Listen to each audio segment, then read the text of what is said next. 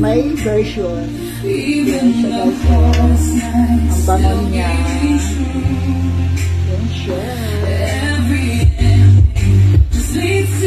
Instant na ito nilagay ko guys. Ang nilagay ko is siya na.